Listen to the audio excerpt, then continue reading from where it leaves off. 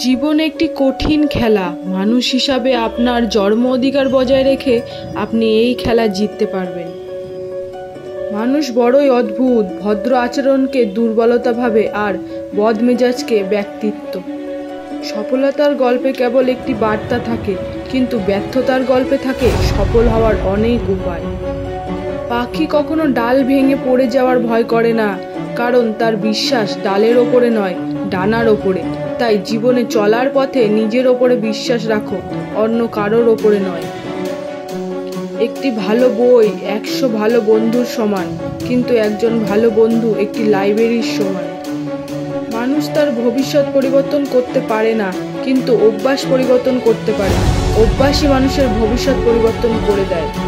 যদি তুমি সূর্যের মতো উজ্জ্বল হতে চাও, তাহলে সবার আগে তোমাকে সূর্যের মতো পড়তে শিখতে হবে।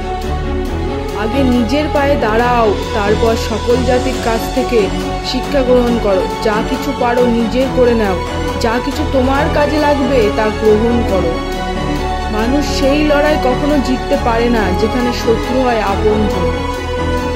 স্বপ্ন বাস্তবায়ন না হওয়া পর্যন্ত তোমাকে স্বপ্ন দেখতে হবে। আর স্বপ্ন সেটা নয় যেটা তুমি ঘুমিয়ে দেখো, স্বপ্ন সেটাই যেটা পূরণের প্রত্যাশা তোমাকে ঘুমোতে দেয় না। যদি তুমি জীবনে বারবার আঘাত পেতে থাকো, তার জন্য নিজেকে দোষী ভাববে না।